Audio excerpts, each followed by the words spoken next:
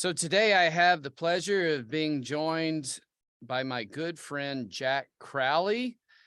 And Jack is an experienced outdoorsman, hardcore backpacker. We've been doing trips together for years. He's a great guy, real tough man out there. And I really appreciate your time, Jack. Thanks for joining. Thanks, Lee, for having me. Well, before we get started here, just wanted to kind of maybe rehash how, you and I, well, in a way, kind of got to know each other. We did know each other beforehand, but we really Right. sort of met on an outdoor adventure. Yeah, And I don't know yeah, if you want to rehash that and kind of how that all sure. came about. Yeah, yeah. You were previously sort of family friends with my wife, and at the in the early 2000s, we were living in Germany, and we were traveling around. We happened to be in Portugal with my family, and we got some kind of a note from you, or I think my wife got a telephone call saying that you were going to be traveling through Portugal. So we met you there, and I really, met you for the first time, and we did some touring, and you were on a round the world ticket. So you, I think, were probably a month into your journey, and you were telling me where you were going to go, and that you were going to be in one thing in Africa. So I said, well, if you ever climb Kilimanjaro, give me a call. And about 8 months later, I got an email saying, hey, you want to join me to climb Kili? So Yeah, I that think was, that's right. I just finished a work assignment in Europe, and yeah, and I bought a plane ticket, kind of these multi-hop things. Anyway, long story, but yeah, I was spending several months in Africa, a couple months, something like that. And I think actually first your wife mentioned to me, she's like, "Hey, Jack's always wanted to do Kilimanjaro," which really wasn't on my radar.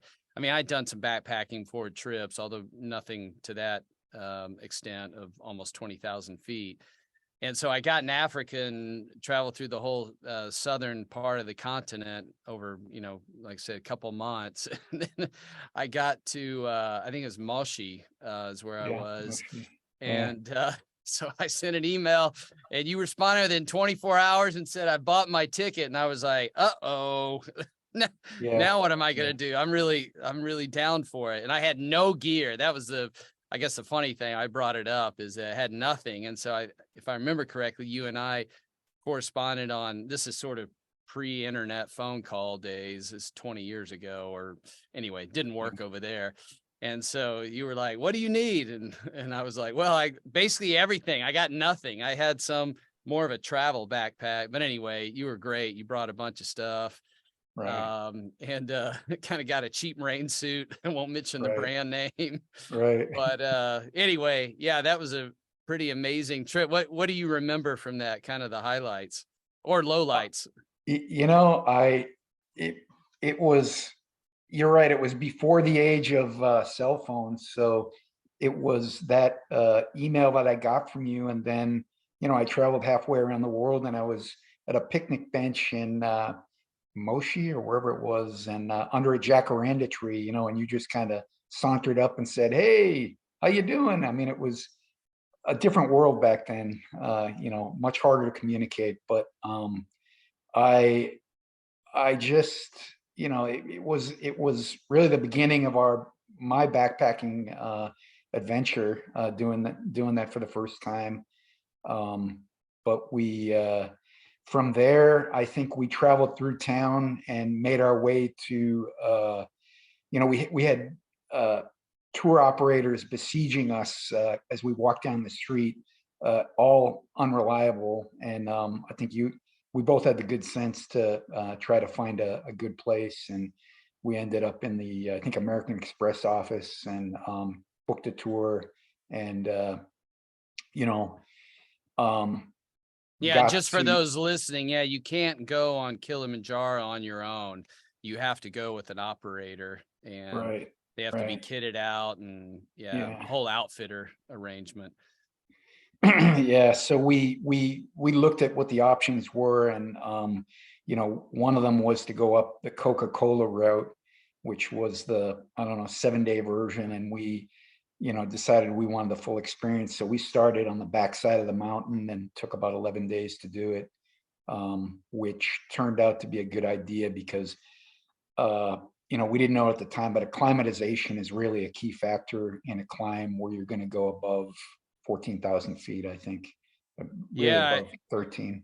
I think if I remember correctly, we did Lemoshu. Right. Um, That's it, it. and I think the whole thing was probably more like 7 days or something. But actually, that's part of another story, which we might save for another time. But we got off to a very inauspicious start, as you recall, which fortunately we're still here to tell the We, tale. we, But our guide rolled the vehicle on the way up the mountain and threw Lee into a washing machine. He ended up dislocating his arm, and I had a pretty good gash on my yeah, left you end arm up because getting about what, 50 stitches or something. dragging out a broken open window. Yeah, that was Yeah, I dislocated my was shoulder, which popped back slowed us in down. on the way to the Yeah, hospital. But yeah, anyway, that was the whole thing. But we reconvened a couple days later and did it yeah, again. I was in a sling, but had a couple surgeries afterwards. But that's all right. That was just yeah. makes I part of the think story. I think on the way to the hospital, I pointed back and said, "Lee, we're climbing that mountain." Yeah, So, you might have had an expletive in there as well. But yeah, yeah.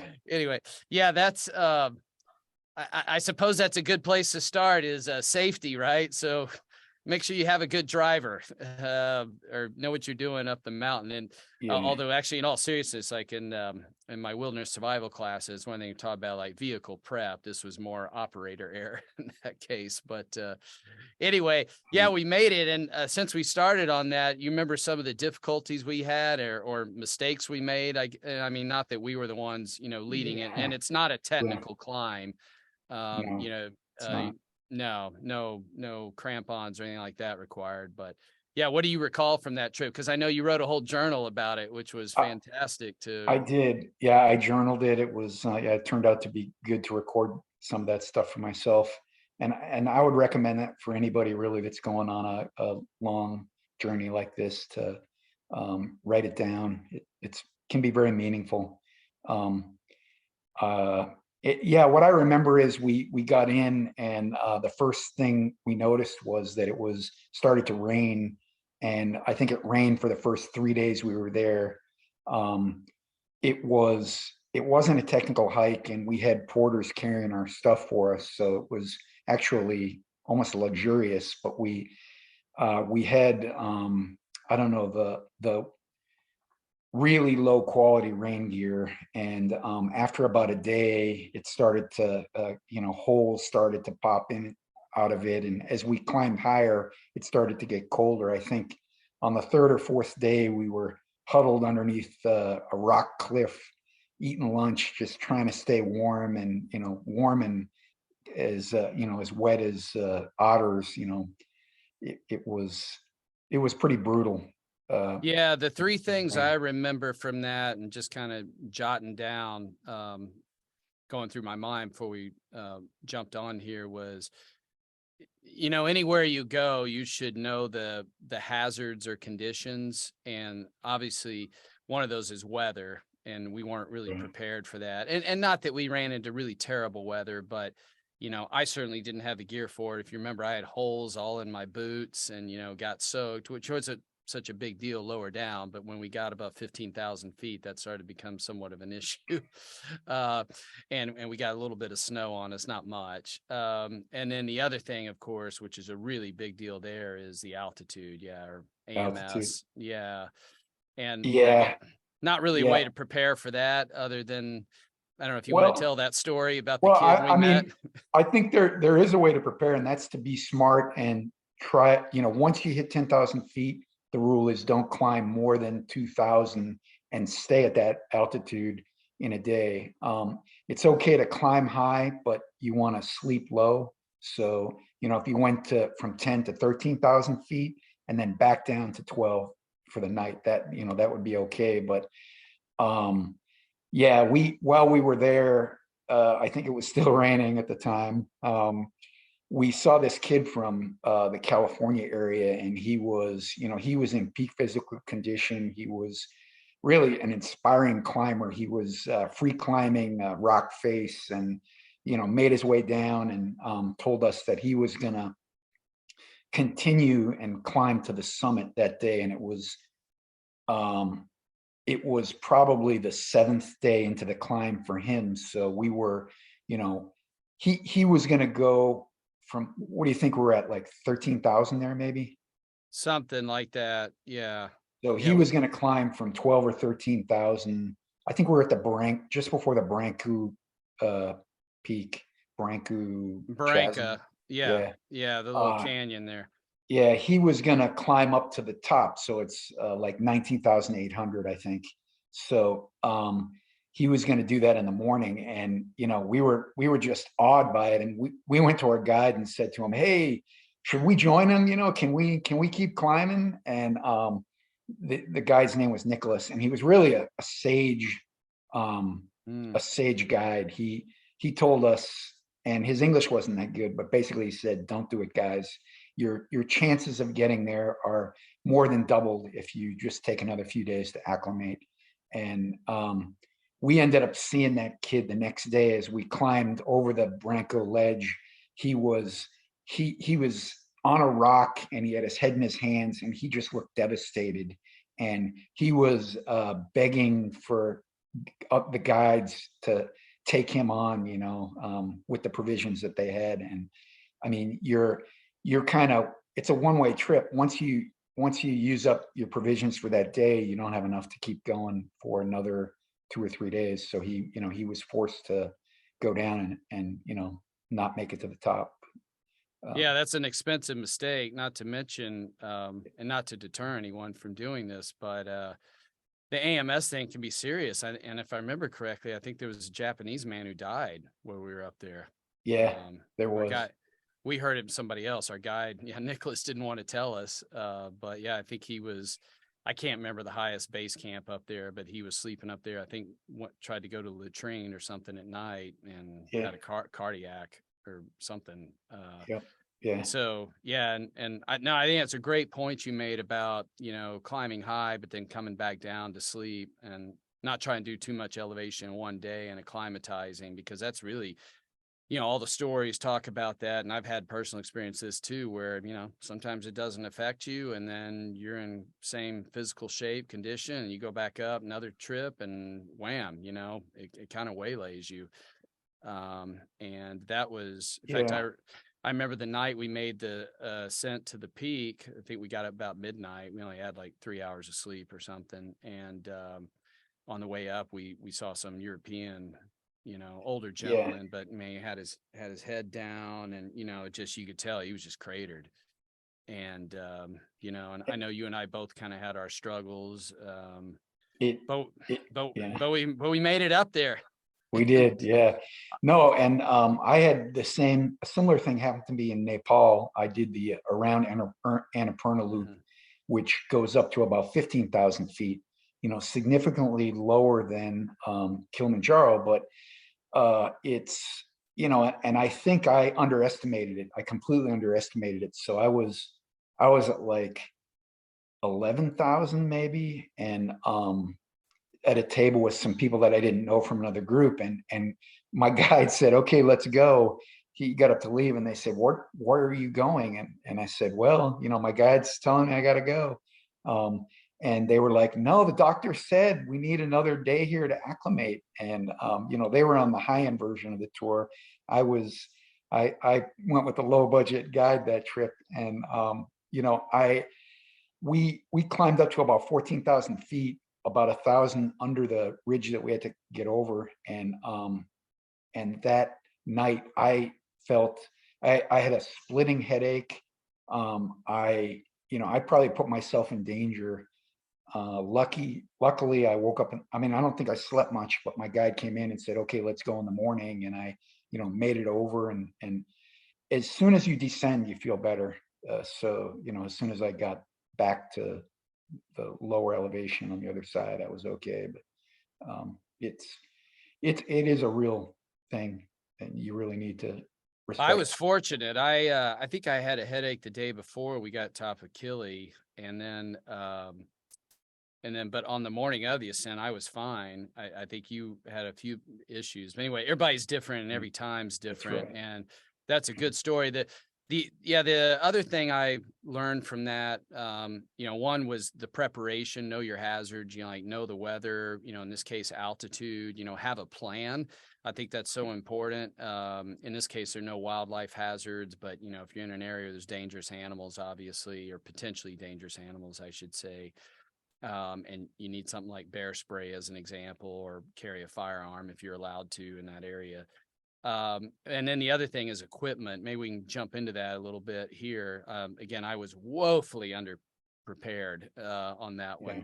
one. But in terms of having the right and having said that, I think it is important to be resourceful. I remember that I was like, the raincoat you bought me was like all tore up, and I fortunately had some safety pins and was trying to piece it back together. And then I think at one point, if I remember correctly, and I'm not saying this is the best thing to do, but my feet were getting so cold and soaked, and I had run out of socks, that I put plastic bags around my feet and rubber bands I, around my ankles. I Um, think you also used butter I Yeah, on to my seal shoes. the Yeah, shoes, I'm not sure which is that worked too it's well, but resourceful. It's resourceful. No, yeah. But the plastic bags helped, although they had a downside because I sweat in there. But that was better than having snow melt or very cold rain. It was just above freezing from coming in. But anyway, yeah, so that's always important. But in terms of equipment, one of the big things I think about, when you're doing any trip like this, in this case, we were really just carrying more day packs. But if you're carrying all your own equipment, you don't have porters, whatever, is obviously having the right kind of gear. And one of the things I think people first look at if they're doing a long trip is, do I take everything I need or try to go ultralight? I wonder if you share your thoughts on that. yeah. I mean, I'll say, like, I'm remembering back to some of our hikes, and one of the early ones we did after we got back from Africa and was in Colorado, and the we I way overpacked, early on when I started hiking. I think I had, like a full snow jacket, and I had, gear that was just way too heavy. A sleeping bag that, I had from younger days that was 2 or 3 times the weight of a good bag. So uh, I think you have to be, you have to be smart what you pack, like in terms of staying warm. Layering is a good thing to do. So if you have multiple jackets that you can use for when the temperature gets hot, a lot of times it's cold in the morning and it gets warmer during the day, right? So if you're dressed in layers, then you can shed layers and just throw them on the straps in your backpack, and as it gets warmer during the day, and then as it gets colder at night again, you relayer up, rather than having multiple jackets like I did. um and Yeah. yeah, And I want to ask you more about clothing in a minute. But I'm glad you brought up a good point there, because me, especially early on, I'd like chronically overpack. And then right, I kind of came up with a saying or an aphorism that I don't know, works for me, and I think it's generally a good rule to follow. It's better to slightly overpack than underpack, but it's better to slightly underpack than to greatly overpack. uh, And what I mean by that is that, yeah, if you pack in everything, and this is especially if you're doing a long trip, right? And, we've typically done some, not hundreds of miles, but, 40, mhm, 50, 70 miles where you're in there for a week or okay, more. That gear, it gets heavy, especially early on when you've got all your food still.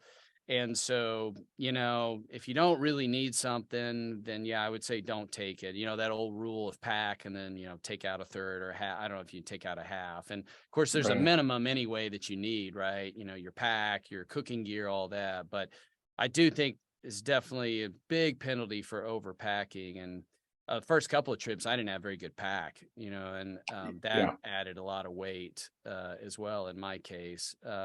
The other thing too is that I think that people tend to overlook at times, especially they're just getting into it. And maybe you can speak to this, is cheap gear versus quality gear. Not so much the weight, but I don't know if you have any thoughts on that or experiences. Yeah, no, I agree. It's worthwhile to have, especially in your key gear, your sleeping bag, sleeping mat, um, your your backpack, and your tent. I think those all they add such a significant amount of weight that you're going to want to get high quality so that they last, 10 years or 15 years. I think that's a good lifetime. And also that they're you get the low weight version, strong, sturdy, but low weight. It contributes, proportionally to the overall weight that you're carrying more. But yeah, it's worth to spend the more money on better gear I I for the essentials. Yeah. I totally agree. And the two things also I would add to that would be shoes. And doesn't mean it has to be, $500 pair of shoes, but Yeah. at least that they're comfortable, they're sturdy, they're not going to blow out on you if you need them to be waterproof, obviously. And then the other piece of that as well is whatever you're using for both water purification as well as holding water. I had a Yeah. story. A friend of mine was doing a packing trip in the Black Hills in South Dakota, which isn't a huge area, but I came there and I had my dromedary, Camelback, whatever, and it was a good brand from a reliable outfitter store at REI or something. And he was kind of laughing at me how much I paid, and he just picked one up from I don't want to say what store, but basically a low end store, and he was kind of laughing. By third day, his had a leak in it, wasn't working anymore. I'm still using the one that I had, and this is 15 years old now. I probably Yeah. should replace it now, but that was a real. It's like, okay, it was $20 more, but not only it saved me on that trip, I've gotten years more out of it. So, um, Yeah. And a sidebar on the gear is it's important how you store your gear in the off season. So like uh your sleeping bag, you're going to hang it in a closet or something. Your mat, you're going to want to like put it under your bed. But what you don't want to do is I made this mistake on my first pair of hiking boots, is leave them in the garage where, I'm in mm, Texas, it's 100 degrees here in the summertime. And that pair of boots lasted me like 2 years because the plastics in them just don't last in the extreme heat. So you do want to take care of your gear That's a in really off good season. point. That's a really good point. I have a lot of mine in a shed now too, which I probably shouldn't, but yeah, yeah, especially your shoes, anything with, of course, kind of your Yeah, background, yeah, uh, okay, being a chemical engineer, but right. knowing about, epoxies and all those Yeah. compounds that, are likely to degrade much more quickly under, The environmental tent, extremes. yeah, your tent also has a lot of components in it that don't age well in heat. Um, Yeah, actually, I'm glad you mentioned the tent too, because one of the other stories, uh, I don't necessarily like to tell this, but yeah, it's full disclosure because I kind of felt like a fool when he did this. Is I think when you get to an area, particularly if it's an area that you're not familiar with, or even if you've been there before, a different time of year, different set of conditions, is to check in, check the weather, talk to if there are rangers there, or wilderness office, Forest Service office, what have you, is to find out what's going on. Yeah, and that could be anything from weather forecast to fire conditions, any particular problems with wildlife. And I remember in one particular trip, we went to the Sierras. I think it was early October, and we're planning on going in for about 2 weeks, and we're driving in, and man, it was pretty cold, and we're only at about 4,000, 5,000 feet. And I remember the ranger, we asked him coming in, and he said, we don't usually get this weather until Thanksgiving, which was a full 6, 7 weeks away. And I was thinking more because we were going in so long of kind of not ultra light, but lightening the load. And I had really is a 3-man tent, but it's more of a comfortable two-person tent. But you could rig it without the actual tent, where you could just rig the fly and the tarp underneath, which saved a lot of weight, saved like 3 pounds or something like that, maybe more. And so I remember we went up and I don't, it was pretty much straight up hike the first day, but we didn't get that far in, I think 6 miles. And so, maybe we're at 9,000 feet, 8,000, something like that. And man, that was a cold night. And I had a warm bag. I think you did too. Yeah. And woke up the next morning and we had seen the forecast, but really hadn't paid attention to it. And, we're going up to 13,000. And I was just like, this is going to be a problem. And so, anyway, I think I made a bad decision there, but made a good decision to go. I hauled it back down, to our car and got the rest of Yeah. the tent and hauled it back. That was a long day. That was about a 25-mile day or something, maybe not quite that long, but anyway, and that made a huge difference because, we basically had an open air. We did have a structure, but really from a temperature standpoint, we lost our 10 degrees Fahrenheit or whatever it is the tent gives you. And so you don't want to cut too much weight. You cut some corners and cut out an essential piece of gear, and you can really pay for it dearly later. Yeah, that's a good point. Good story. And we've had many heated discussions about whether or not to carry an extra set of batteries or Yeah. something. It always makes for a good Well, good let's get discussion. into gear and some other topics a little more. So I know that I learned actually a lot from you on backpacks because you had done some trips without me and had gotten some good advice. What would you advise people on picking a backpack and I guess the other thing that's really important if you get a good backpack is knowing how to. I know this sounds simple, but knowing how to put it on and adjusting it properly. Yeah, yeah. I mean, the key thing is to size it correctly, and I would suggest having someone at the store you're buying it from there to be able to help you understand if the size is correct. And while you're in the store, the good ones have loads that they can put in there and simulate, what a full backpack is like, and wear it and feel whether it's comfortable or not. But you also want to size it correctly. So if you're going to be going on a 7 to 10 day hike, you want something much bigger than if you're going to be doing 2 or 3 day hikes. You want to size it to the minimum that you're going to be out doing. And I think and there's always new innovations out there, but the more accessible areas in the backpack that you have so that you can organize it well. That's another key thing that's important, to be able to access, your pump, or if you carried a book with you, if you have your gear to eat with, those things you want in one place versus if you have your sleeping gear, maybe deeper in that you're only going to need at night. But the accessibility is the other thing. Yeah, I think that's a great point. And, most of I learned a lot from, putting on a pack and adjusting it properly, which, we can't really demonstrate here, but, having the adjustments, the shoulder straps, the risers, and also particularly the waist, obviously, because that's supposed to carry the most weight.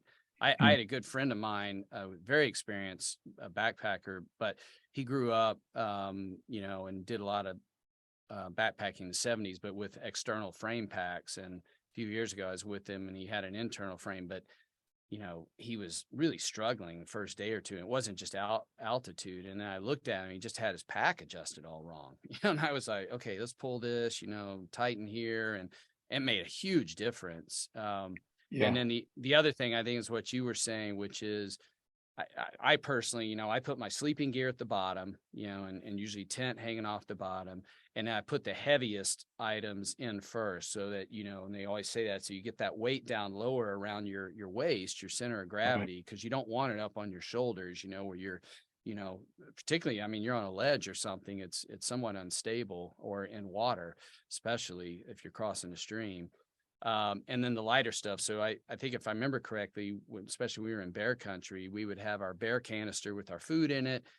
put that in first. And then I usually put my clothes in some sort of plastic rucksack or even trash bag that, kind of next on top that has some weight. And then, like you said, the other things you need access to, particularly like, if you're going to cook lunch or your food or whatever, or your water pump kind of on top, that easy to get to. Yeah. And then the other thing I like too on packs is having if you have some sort of day pack accessory or a lid that pops off. I find that's super handy as well. And also just to put your little tools in there, or like you said, if your glasses or whatever it is that you can, or your, energy bar, you can get access to quickly. You had that pack that you could put your water in the top of it. It was kind of convenient. Yeah, it held Yeah. that, which that I guess technically violated rule a little bit of having The some weight weight. up top, Yeah. but it wasn't that bad. So It puts in a location that it's easy to draw water out of, yeah, so it's kind of above your throat, and yeah. I thought it was a good design. Yeah, and then mentioned bear canister. I don't know if you have any thoughts on that. Of course, that depends a lot where you are. There are bears in the area. Yeah, the bear canister it's convenient to have one. It's you know actually easy, and that you don't have to take the time to hang your food at night. I think generally they're recommended over around 10,000 feet, where for the reason that it's hard to find a tree tall enough and the right structure to be able to hang the food. So I think if you're in high country, you're going to want to use it. And even if you're lower than that, it's an alternative to just make it easier at night. It's Yeah, in some places not like bad the to have one. Sierras, bears figured out how to, if you're hanging it, they were getting up there anyway, pulling on the rope and, or I've biting heard it that too. through. Yeah. Yeah, so I think it's mandated there. No, that's a really good point. And I think the other key is keep it far away from, your campsite. I think they say 100 yards or more ideally. Yeah. I Yeah. like them to just sit on too, and put your Yeah. boots on or whatever you're doing. Yeah.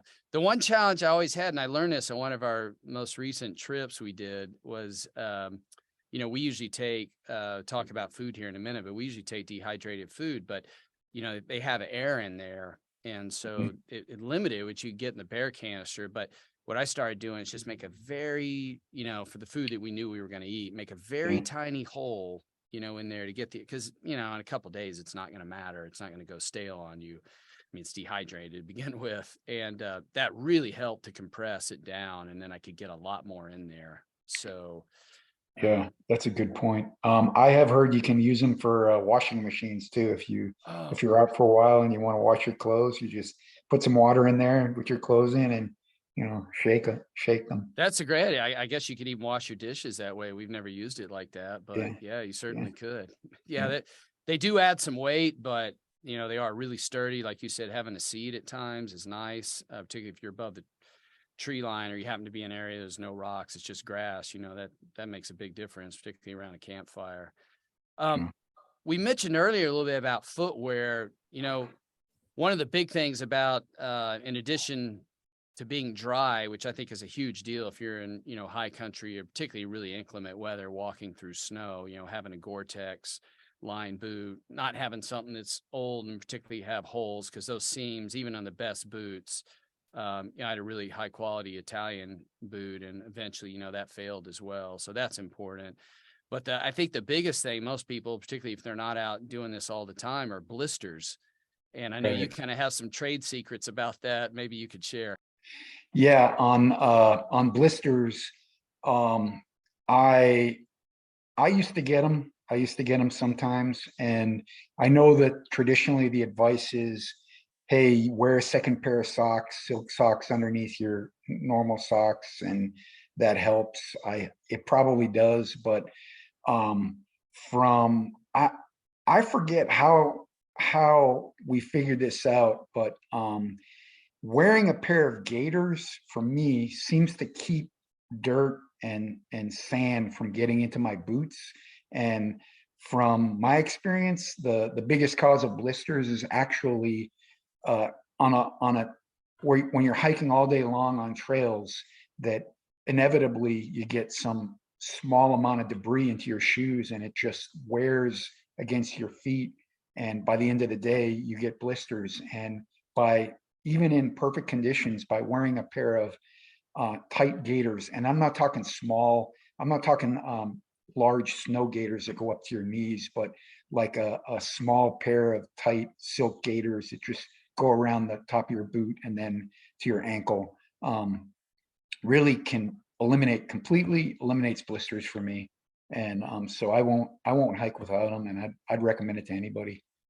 Yeah, that's a great tip. You shared that with me. Yeah. I had problems for quite a few years, and you got through it usually, but that definitely helped. The other Yeah. thing, of course, is that not having a poor fitting boot is like the worst case, and I always go a half size or so larger than probably Right. what I need, because I know I can add an extra pair of socks, Yeah. or lace them up a little tighter, but particularly in the toe box area.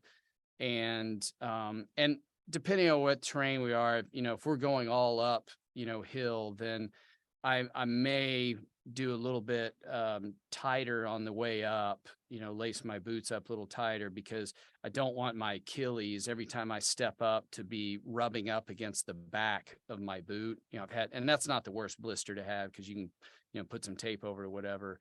And then on the way down, if we're doing a long descent, I might loosen them just a little bit. I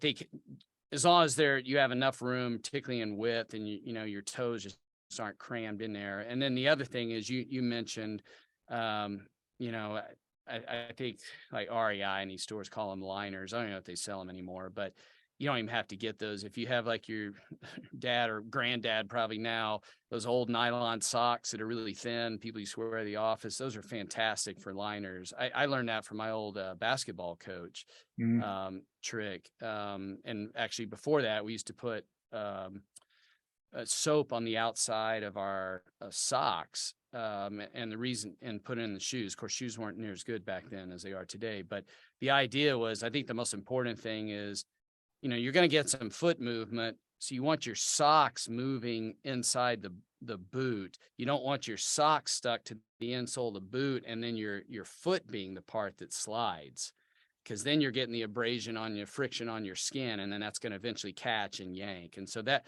was a big learning for me. And I've gotten a few small ones, here and there, but nothing really significant. If I have the right boots, like you said, wearing gaiters, some sort of liner, that eliminates probably 90 to 95% of them for me.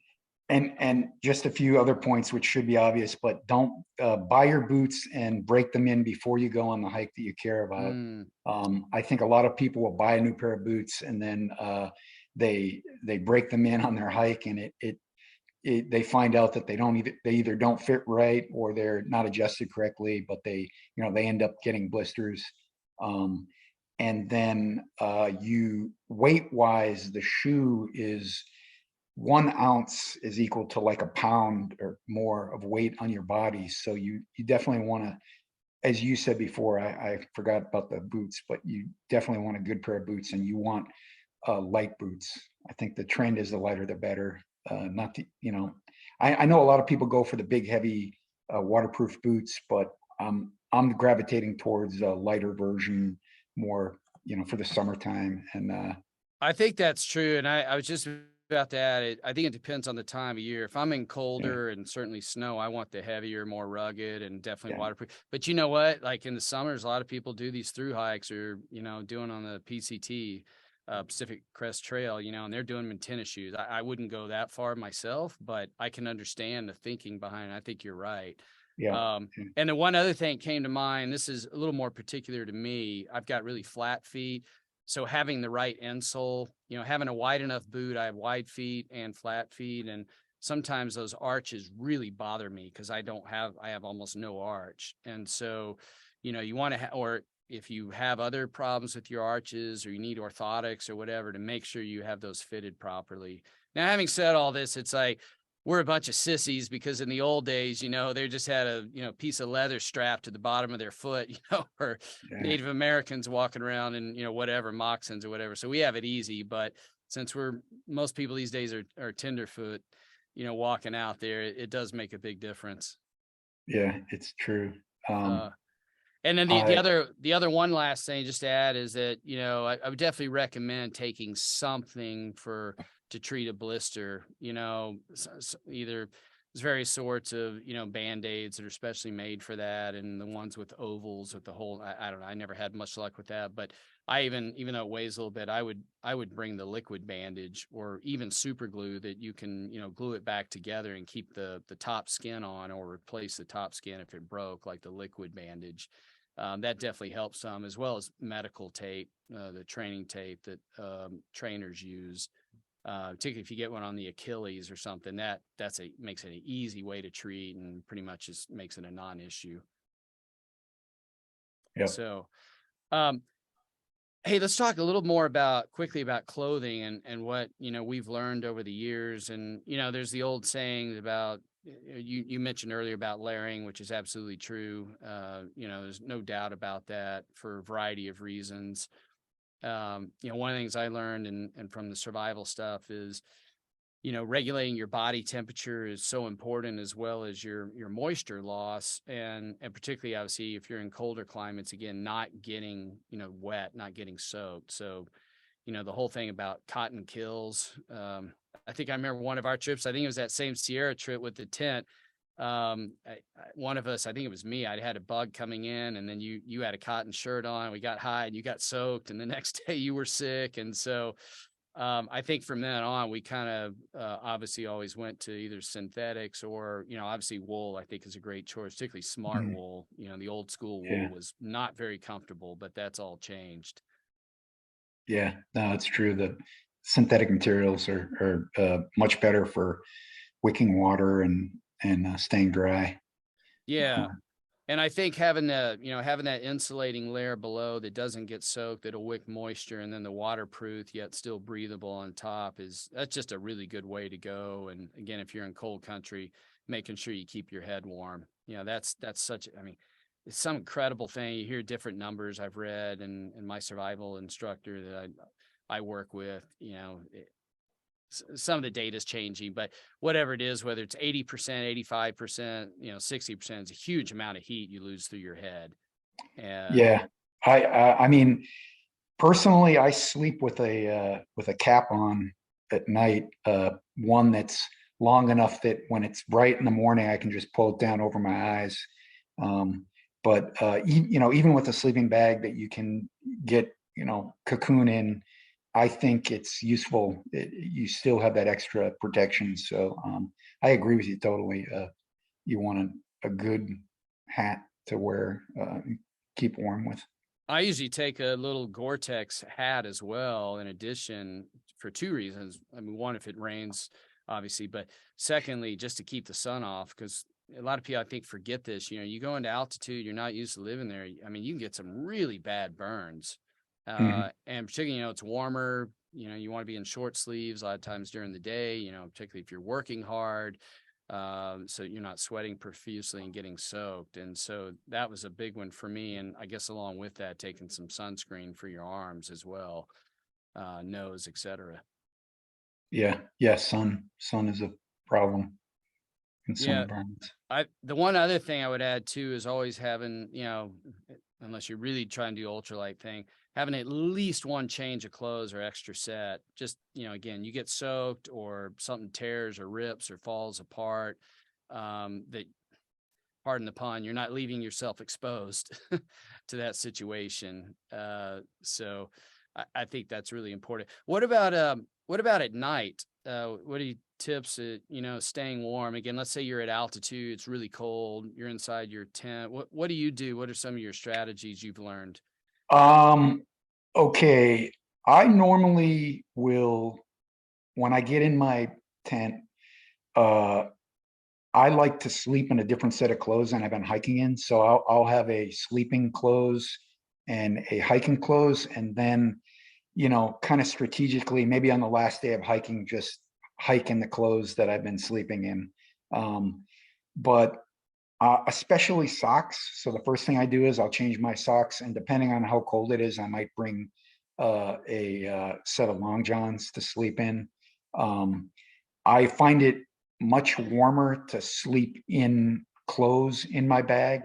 But if it's cold enough, I'll also bring a bivy bag. So a bivy bag is a bag that's designed to go outside your sleeping bag.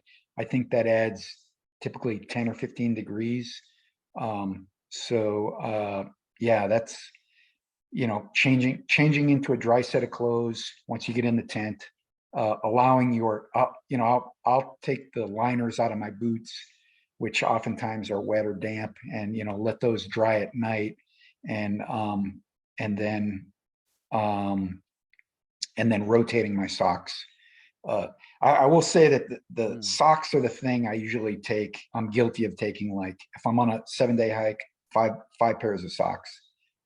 They're the most indispensable piece of clothing, I think.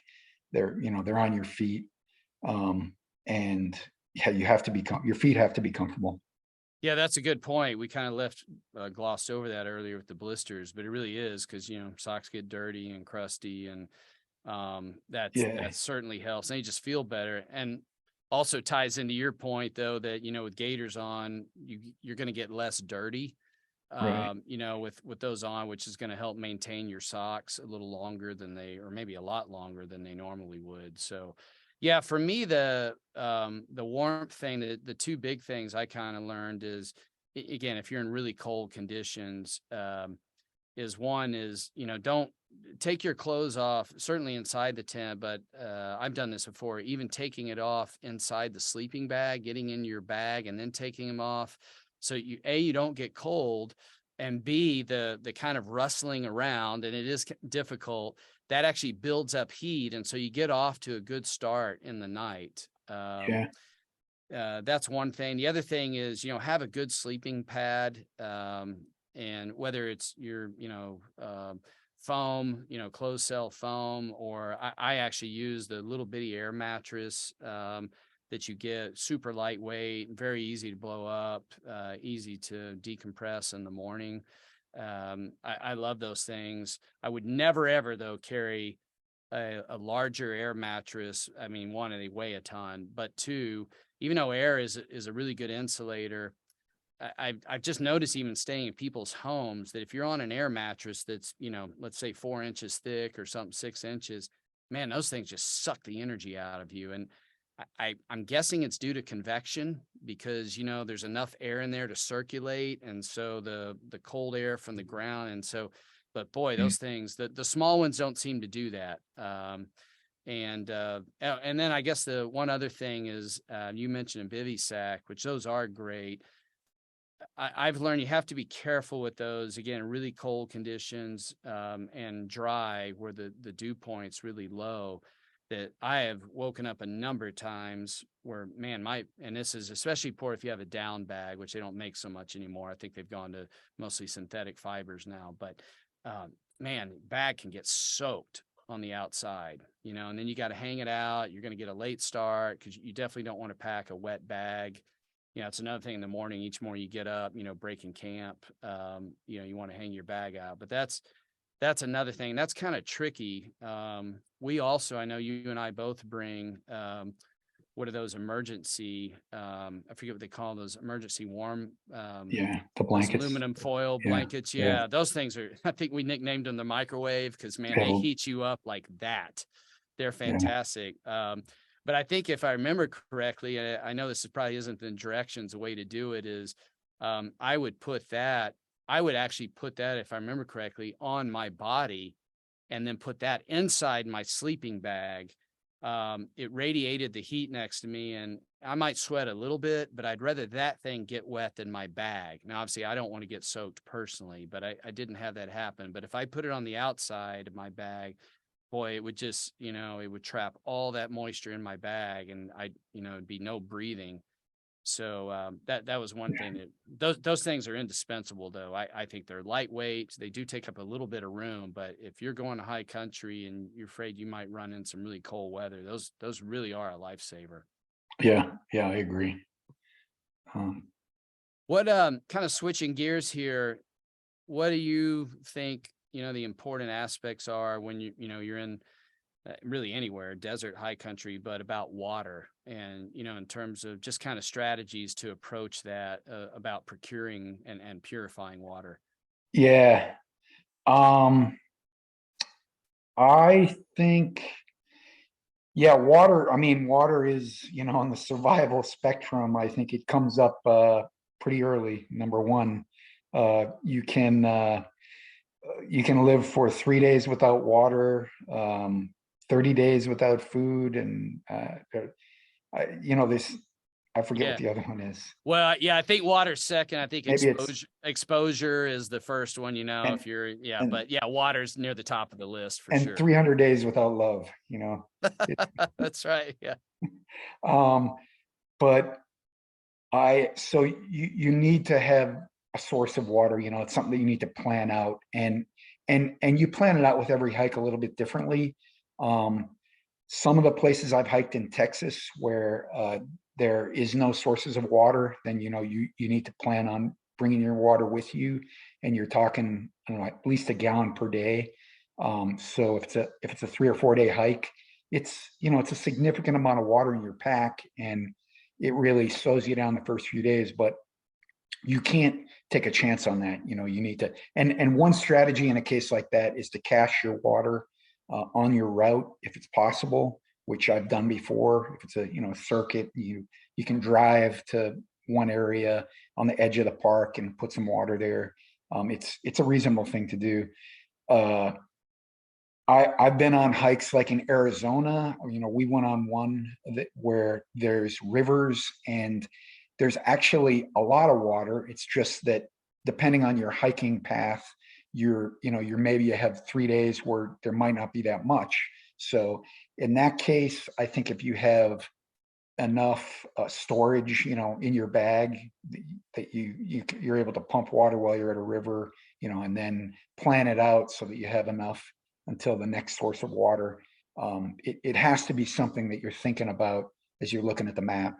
And then probably the other thing that's good to have, is it really necessary? Is a second source, so like the iodine tablets or another purifier. I'm not that big on it myself, but I had to say it because I think you're more of a proponent for that. Well, I just think having a second one, I think that's a really good point. It's funny you mentioned too, you were talking about Arizona. I think I know the trip you were talking about. If it's the one we did together, yeah, you can go several days potentially, or maybe you have an ephemeral stream. And so you need to think about that and have a Yeah. plan. Or in our case, you get to the source and it's frozen. It's solid. Oh, yeah, that's right. Yeah, Yeah. that was And another thing that happened. Tell yeah, that story. That's a good yeah. story. Well, that was it was a seep basically at the top of the mountains in southern Arizona, but it was in the winter. And I think winter had arrived a bit early there. And I mean, it was cold at night. It was, 15, 20 degrees. Anyway, and so someone had made a little, almost like a well out of where the seep came out, and there was a lid. And we had gotten water the night before, and I just, really tired, wasn't thinking. I made a mistake, and I replaced the lid on there. And the next morning we came and it was frozen solid. And I think we worked quite a while. I think we were thinking about even giving up. And I was like, no, let's keep trying. And I think we finally found a decent. They'd had a forest fire in that area, so all the wood was burned and charred, and not, it broke off easily. But I think we found a post or something that we finally able to pry that lid off, and You then levered it off. Yeah. yeah, and I think then we were able to. It was still frozen on top, but we broke through and then got some water. So Yeah. but point being is that, I mean, A, I made a mistake, but B, even if I hadn't and it was just frozen, you have to have a backup plan. And so, Right. And you we know, just we should have thought about, oh, it's going to get cold at night. yeah. Let's put something on this lid so we can open it up easily the next morning. But I also totally agree with you though, about the two things. And I think the two methods should probably be different. So, pump generally, I think is probably overall the best, just for a variety of reasons. You can stick it in a small area. It's a good purifier. You need to make sure your filter's in good shape, either have a new right, one, if you're going on a long trip, you've used it before, or have a replacement. Of course, that's going to add weight if you carry two filters. But then the second one is probably, maybe, and we've done that before. You and I have carried 2 pumps, but that's obviously extra weight. And because we didn't address this earlier, but it's nice when you have a second person, there's certain things you're not going to bring 2 of, like a tent, you can split the weight. So having a second pump, but iodine's light. I know a lot of people might like the taste of it. I don't mind it too much. You can get the other chemical that removes it, but I think that's important too, because there are certain areas where, you may not be able to pump, you might just have, let's say, a drip or something, right? Yeah. And then I think the other thing too is having enough containers and are reliable. I mean, I know it's not ideal to drink out of plastic or whatever, but if you're up there for a few days and you can bring 1 or 2 extra lightweight plastic bottles, that's a godsend. I mean, you can carry a lot of additional water. There's very little weight penalty in that. So I always try to do that. I know the Nalgene bottles, I'm a fan. I'm actually a yeah, fan. and they're really good. That's my Yeah. primary, but I usually carry 1 or 2 extra. Just, I'll buy some water at a store, and at least a 1 liter or something, and maybe I drink it, before I go, but I just have that as a backup container. And I think that's another key too. You mentioned about caching water. If you're in a dry area, and even if you're not, just make sure to hydrate sufficiently before you start the trip and each day. It's not fun to start off, and you don't have enough water, and then, you get dehydrated, or the creek you're going to, or the stream is dried up, it's not running, and that's not a fun situation. And it's not a bad idea to try to stop drinking water before you go to bed, because the one thing that does get cold is when you have to get out of your tent and urinate it in the middle That's of the night.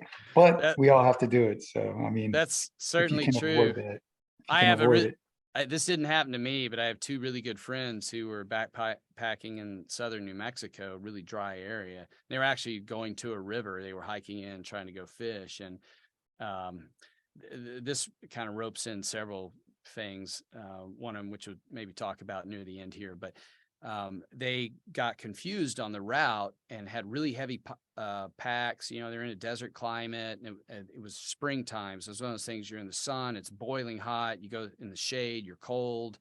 But they were getting worn out, really up and down, undulating trail. And so, they got to a point, they're like, hey, let's dump half our water. And they did. And then the trail was mismarked. And I've been on that trail. I know what they're talking about. And the guidebook unfortunately didn't cover that, the one that they had. And they were another, I don't know, 4 or 5 hours out there with no water and boiling thing. And they were really getting worried, because if they took the wrong route, they weren't going to end up at the river.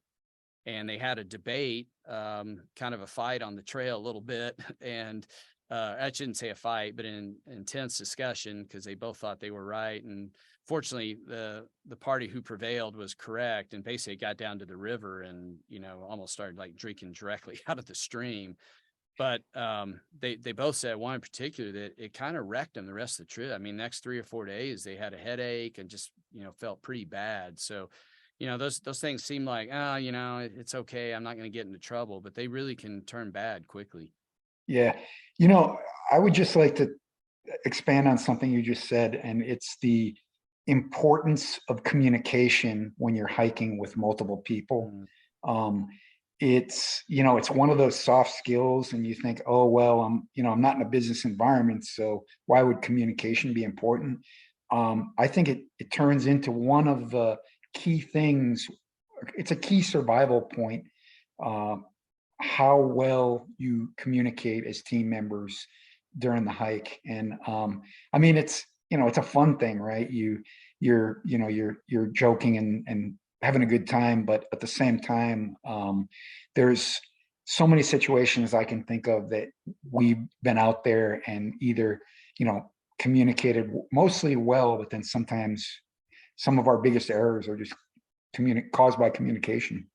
Yeah, especially again, in the backcountry, particularly in the mountains, weather changes, the best laid plans go to hell, right? And then if you're not communicating, or you're not paying attention, and we've both been guilty of that, or you're in an area where the, trails mismarked, or we've been in fire areas, and that throws everything off. Yeah, you can make some But, mistakes, well, and yeah, you yeah. know, So the one I'm thinking of is we were out with my brother-in-law, who's was a rather overweight guy and really hiking like a champ, and and we had spent a lot more time together, and as we were going along, in my mind, you had kind of taken command of the map and were telling us where we were going.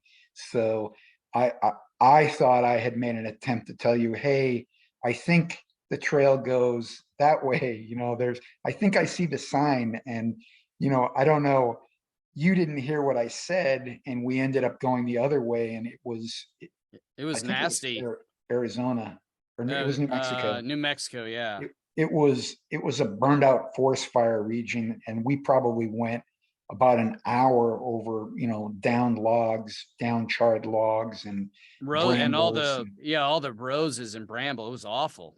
it Yeah. was awful. And we ended up getting to what seemed like a dead end. And we had the communication of, me saying, hey, I told you back there, and you saying, you haven't been telling me, you haven't been talking to me.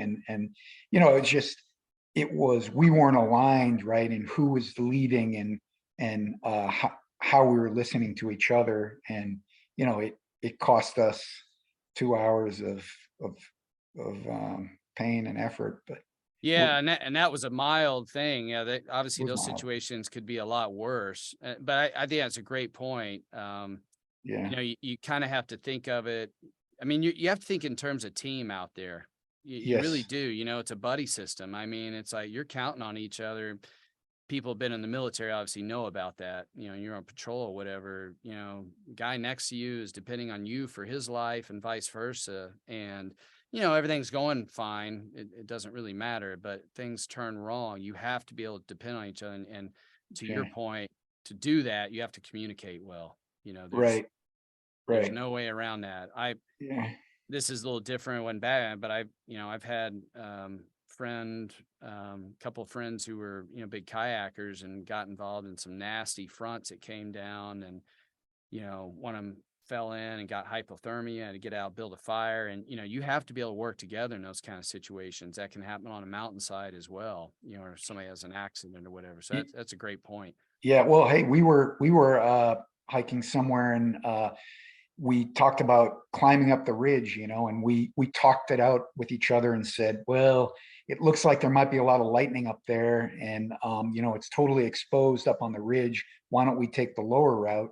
And I think we got to a point maybe 30 minutes later and looked up, and the lightning was just crashing down on the mountain. And I would say, that was a story where we communicated well with each other to make the right decision. And most of the time, I think we do that. It's just, That was a good point. Yeah, that was a strange storm, and it started sleeting, if I remember oh correctly. yeah, Yeah, that yeah. was. I had I something mean, similar like that in South Dakota, and we had pitched tent on the top of this, more like a hill than a mountain, and it got kind of dark, and all of a sudden I started looking around. It wasn't stormy yet, and saw these trees that had been, popped off, just broken off and charred, and I was like, yeah, this is probably not a great area. And so we decided to move tent. And sure enough, about 45 minutes later, man, it just started lightning like crazy, popping everywhere. wow. And so, we had talked about it, which, really kind Yeah, of saved us potentially. yeah, yeah. I think we just identified another one, weather, Yeah, that's one of the as biggest a risk. ones. Yeah, Yeah, I think for weather, checking beforehand, knowing what the conditions are, and being particularly the mountains, for me, the mountain, because it's with a few exceptions, if you're in high mountains, any time of the year, it can change. It can change on you quickly. And you really need to be aware of that, and have a plan and know how to handle yourself. And if things go adverse, know what you do. So, let's see, just a couple of things kind of related around the camping and gear thing mm, is about cooking and just kind of food in general. So, there's a lot of different strategies on this. I personally, I think you do too, kind of for longer trips anyway, like to take dehydrated food, simply because Now you do need water, of course, you need access to water, and it does take quite a bit of water. I think people underestimate that. It really eats Mhm. into your water, but it's easy to prepare. It's light. It's guaranteed. It doesn't spoil. I think generally speaking, it's less likely to be sought after by animals, and it's not always the case, but it's easy to put in a bear canister, etc. And we always just bring a small stove and kind of the minimum of cooking gear. And so I can't remember how we came to that, but I think it was more out of a weight thing. And if I remember correctly, we even got to the point where we'd bring a couple of small cups. We could use like oatmeal in the morning, or if we're making, I like making pine needle tea, Yeah, cutting up needles. That's nothing like that at the end of the day. it's But true. we have minimal cleanup, and then we would even eat out of the pack sometimes, whatever the vendor is, or if you make your own, even you have to have the right container. But I don't know if you have thoughts about that. Um, No, yeah, I think that's one area that we really are excel in. The small packs of oatmeal in the morning, you can just add the water right in and stir it up, and you don't really need to cook it. That's my opinion. I think we kind of do that. We each do that. But two of those little bags in the morning are fine for breakfast, just to kind of get you going. I never really bought those freeze-dried breakfast meals. I really don't think you need it. Um, and then yeah, and then the in general, the two portion dried freeze-dried foods are really like sufficient for one person if you're doing a long hike, I think. Although I'll say later in my hike, I probably kind of get sated on the freeze-dried food, and so I'll eat half a bag and then either eat the other half for dinner or throw it away. And so, but yeah, that's all you need. You can eat right out of the bag.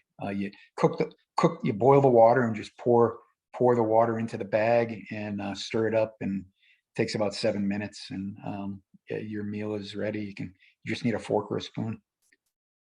Yeah, I'm a big believer in that as well. To me, that helps on the sort of minimalist or ultralight version of going. I know a lot of people feel differently about cooking, like to have a full on campsite and cook a real meal, and and I understand that. Yeah, it adds Yeah, enjoyment to it. I think if you're doing a lot of miles, one of the things we haven't talked about is, and I think when we first started, even if you're good at this, man, it takes a long time to break camp in the morning. it Not so does. long to Yeah. set up, but man, to get everything packed up, dry your sleeping bag out, deflate your air mattress, pack the tent up, clean everything, change your clothes, brush your teeth, all that stuff. Put your pack back together, pump water if you need to. It's for us anyway, and I Yeah. think we're pretty fast at it. You're not getting out of there in 20 minutes, so I personally, particularly like you said, for breakfast, and then at the end of the day, I'm not big on having to do a big cleanup after dinner. So No. the one thing I will say I learned, and I saw this in Africa or experienced this, is I do think it's important to do a good job of whatever pots, pans, utensils you have, is to clean them well. And yeah, I think the best thing is to boil them, but I think even if you don't boil them, just having hot water, if you have your little stove, turn it on for a while. That's another thing too on the cooking gear is, we always use a little propane thing. And if you're using dehydrated food and you don't just turn that thing up on high when you're boiling your water, they last a long time if you have a good stove. So that's a good weight saving thing. But I think turn on hot water and getting your stuff clean using some soap. I usually end up with a little bit of stomach issues at some point on the trip, and I who knows why. But I saw in Africa a group that was traveling, and next morning they were all out and everybody was sick and all that, and kind of the leader was like, I told you guys, you're not washing your stuff, and you could see their utensils that were on the ground in the dirt and whatever, and they were like dog sick, and that was a real learning point to me. So I think cleanliness is really Yeah. important, and that's because you don't want to go down in the high country with getting No. some Well, botulism or something else. One other thought, I went canoeing in the Bondry Water region once, and that guide sent us off with a steak dinner and eggs for the morning on the first day. So, you really can't travel for 5 or 6 days with steak dinners every night, but it's actually an option if you wanted to, if you really are a gourmet and you want to go out that first night with a steak dinner. I think it'll stay good for 12 hours. And that would be the one possibility, is start your first day out with a big meal. I've done that Um, a couple of kayak trips. Yeah. have it, yeah. I Yeah, mean, it is a good way to start. yeah. So it's kind of rude awakening the next day, but whatever. Yeah. I know. Um, Actually, speaking of that, in terms of cooking, what about fire? Now, obviously, fire depends on where you are. Some places don't allow it, or if there's a burn ban, et cetera. But I'm personally, I think you are too, a big fan of fire. Sometimes you get in late, and you just want to go to bed and all that. But I Yeah. think it's great. It warms up and, obviously if you're cold, Okay. your extremities, but it's also just a mood improver. It, it Guy I really is. studied under John Young, he's a huge fan of that. You look at our ancestry, they're always around campfire and, again, whether maybe you're making some pine needle tea or just, telling stories or whatever, but how do you feel about fire? And what are your preferred methods for starting fire, when you're on a long trip like that?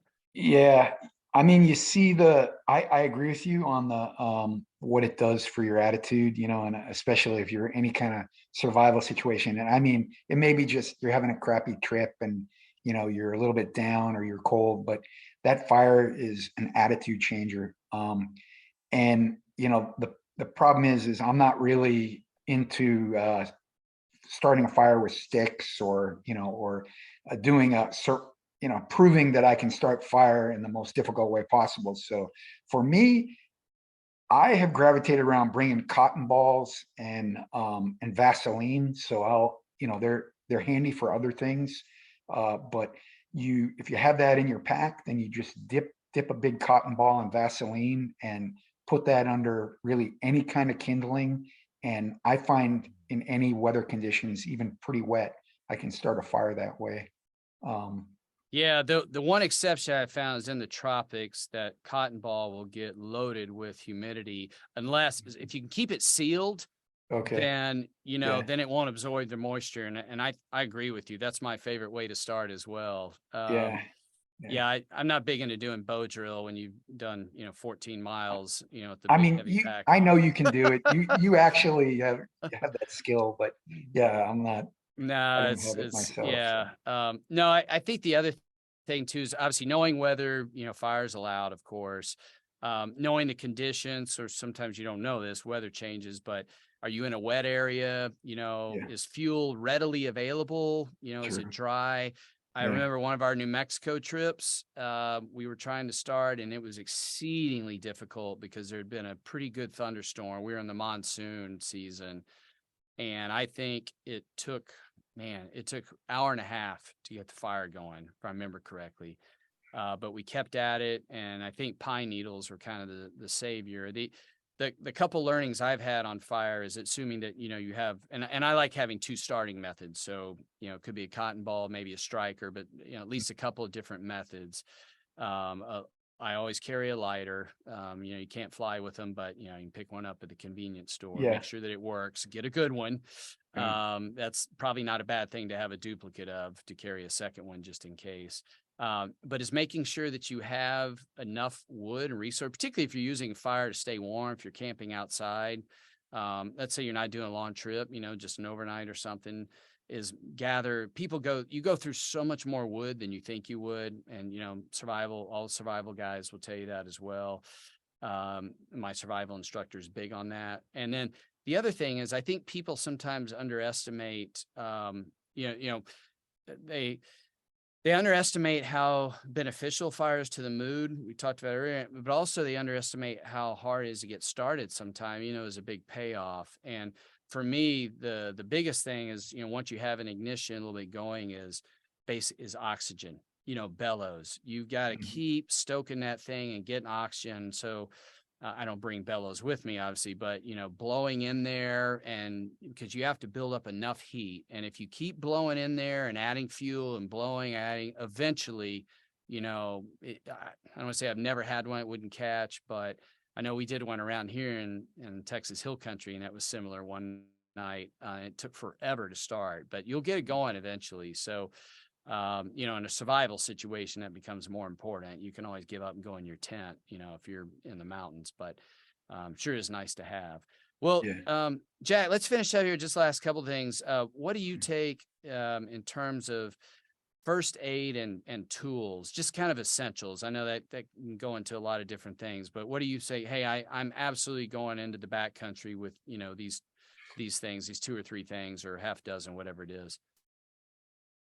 I think you and I have different opinions on this, so this is probably a good one, where somebody else can make their decision based on 2 sort of opposing viewpoints. But I don't take that much with me. I think one of the most important survival tools is the map, knowing where you are and how to get out, and knowing.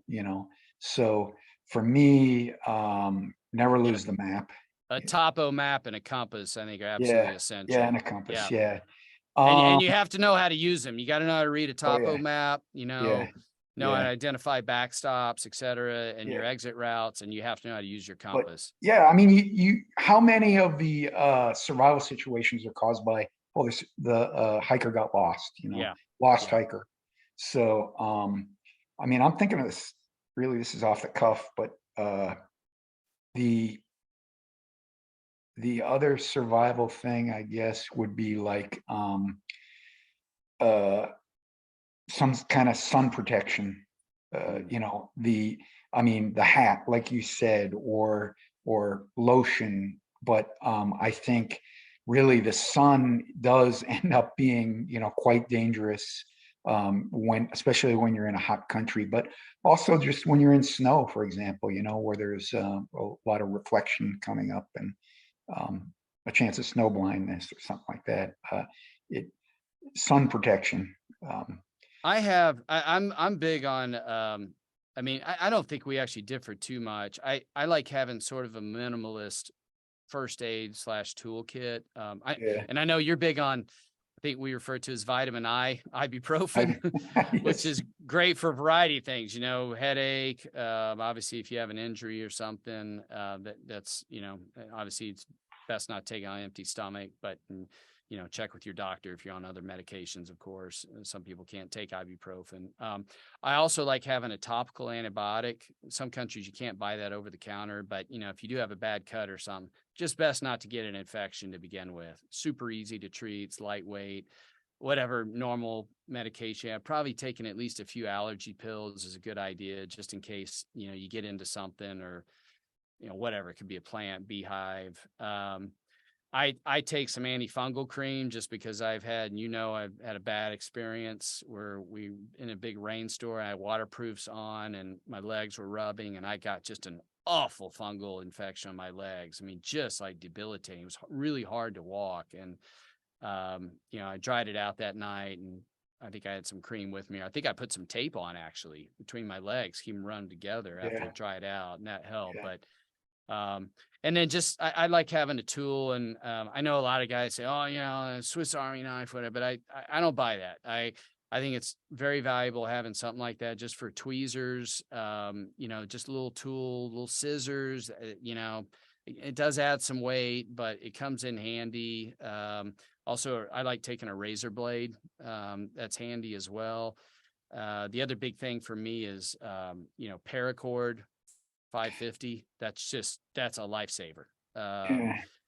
yeah. Does so many Well, things. You hang your yeah. I mean, food. if yeah, It that's what literally I was was a gonna say. lifever for you. That's what I You was break. gonna say.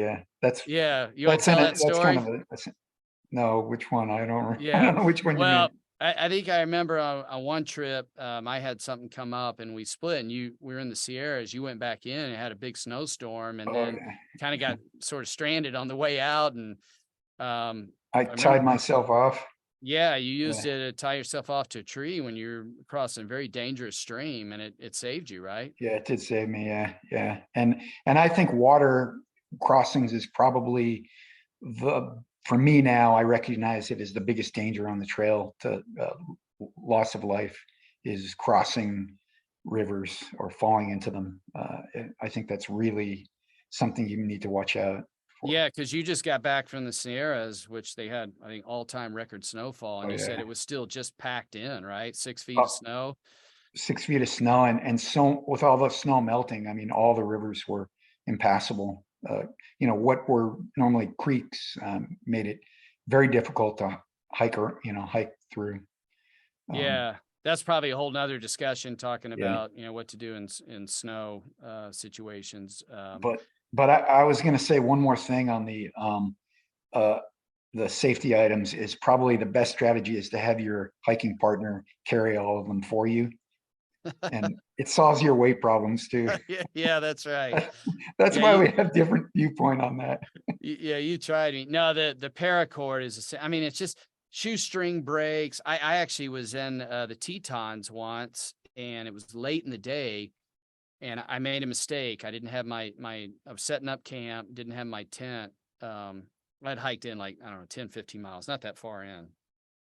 Setting up my tent, I didn't have it staked down. All of a sudden, wind came up, and I just seen a couple of brown bears, a couple of grizzlies. In fact, I'd seen a cub, and by itself, which is always a little scary. So I want to get in my tent and just, normally they're not a problem, but if you run up on them, particularly with cubs. So I wanted to get in my tent, and I was hurrying. I made a mistake. All of a sudden, boom! I see my tent go like this, and I chase after it. I'm in heavy boots. I'm tired. I trip. Boom! I land on my tent, snap one of the poles. I was like, oh, and bad break. And basically, light was run out, but I used paracord, and I just tied the tent pole together again, and it worked the rest of the trip. It Actually, I would add duct tape to my list. That Oh is yeah, something that is absolutely. useful, and I carry a very small Yep. uh, inside roll of duct tape. Yeah. Um, like, Uh, yeah, I mean, it's easier to have your shoes blow out while you're out there, and duct tape is the solution. If the And a sole of great your way to shoe. do it, you can wrap it around a pen, which is also good to have, and a piece of paper if you have to write a note, something happens, you're lost. Yeah, you can just wrap it around the pen, the barrel of it. Yeah, that's you're right. Duct tape's Yeah, like you, indispensable. yeah, you reminded me of it. I don't think I had any on that trip, and that's why I had to use paracord. But yeah, that But stuff just has so many uses to it, and you can pull the inside strands out. Each of them, I think, has a test of 50 pounds. So there's just so much you can use it for. that's a really good illustration of how quickly your trip can go dangerously wrong. Is you think, oh, it was a great hiking day. I'm putting my tent up in this beautiful spot overlooking a cliff, and the next minute, your tent is careening in the wind over the cliff. I mean, it's similar things have happened to me, not as dramatic, but yeah. And those are the little things I think that stick with you, and you're just a little bit more careful to stick a rock on top of the edge of it A, before you a walk away. couple of the other essentials, definitely a good knife. I mean, I'm not saying you have to have a full on, machete or whatever, but you need to have a knife that can really do something if you need it, cut some wood, cut some branches, whatever. It's just invaluable to have that. And I don't want to get in a whole discussion what kind of knife. There's everybody has different view on that, but a sharp knife, and in a case, a protective sleeve, a sheath is very important. Also, if you're in bear country, I love bears, but a lot of people worry about mountain lions. I'm way more concerned about bears. So having bear spray or a handgun if you're in an area allows it. I don't like to obviously hurt wildlife unnecessarily, but it can definitely be a lifesaver. It's rare, but it happens. Um, Especially certain areas where there are a lot of grizzlies, certain yeah, areas in Montana, or and you I'm just actually more scared of black bears because, grizzlies, yeah, if they have cubs, but, black bears will at times actively hunt people. And so, yeah, I think you have to have something to deal with that. And then Yeah. Lastly, you mentioned map and compass. I think the biggest thing too is just, telling someone, a loved one, friend, whatever, where you're going, your route, and when you're coming out. Because if something does happen, you want somebody to know. These days it's fairly easy. I have an older one, which is kind of heavy. I don't like carrying it, but having a GPS device or emergency beacon or something. And then also a really easy one, particularly if you're by yourself, but even if if you're with someone and you get split up, something happens, is having a whistle. And I think most of the newer backpacks have them built in, or you can buy a cheap one, just clips on, but you can't hear them. I mean, depending on the wind direction that far, but sometimes you're maybe within, a couple hundred yards, someone you have no idea someone's out there could help you, you've broken your leg or something. And so it's just, to me, it's kind of dumb not to have a whistle. It's an Yeah. easy out. And So, I'll just give you a quick story on that. We just got back from the Sierras. I was hiking with my son, and he brought his new dog with him. And the dog, in the morning, he was with us 1 minute, and then we turned around and he was gone. And there was heavy mounds of snow all around us, and we had no idea what direction he went in. So if he didn't have that whistle, we probably wouldn't have been able to get the dog back. But it wow. eventually responded to the whistle and came running back to us. Yeah, I never So thought of it from that point, but yeah, and, yeah, no, and I'd say the last thing is just, and we've done, I think, a good job of this overall, but particularly you're going to a new area, you don't know that well, is do your planning, spend your time, get your route, get your maps, get your gear, get everything set up. Because you need it. And that's just, you're going to have a better time by doing that. But also B, the last thing you want to do, there's this whole, you get there, you're on vacation where you got limited times. It's itchy thing. Like, we got to get out on the trail. And it's so easy to forget something, or do something wrong. So if you've spent that time up front, I think you greatly lessen the risk of that. You may have to do a final pack in the morning, particularly if you've flown in or, whatever, but I haven't done that planning beforehand. And even little things, it may not make the difference in the trip, but I used to never use them, but I do use walking sticks now a lot of times, just easier on my knees. But whatever it is you think you need, if you take care of that up front, then it's just so much easier when it's time to hit the trail. Cause there's always these last minute things that, you haven't thought of, or something changes. And yeah, it's I just, completely agree. you forget something, you're 20 miles in, it's kind of too late at that point, unless you're going to abort your trip, and that's no fun. So, anyway, well, hey, Good, Jack, it's been great. good. You've been a fantastic, partner over the years, hiking partner. And, you've helped me out some tough situations, and we've been through, and it's been really enjoyable, but I've learned a lot with you, and, Yeah, thanks, highly Steve. You recommend too. it if anybody needs a partner to go hiking with. This is the guy. He's tough, man. He'll carry you out on his shoulder if something happens. But Thanks. no, Yeah, I appreciate your time, and you maybe we'll too. do this again on another topic at some point, because you can talk for hours on this stuff. But I think this was a good general overview. So thanks again.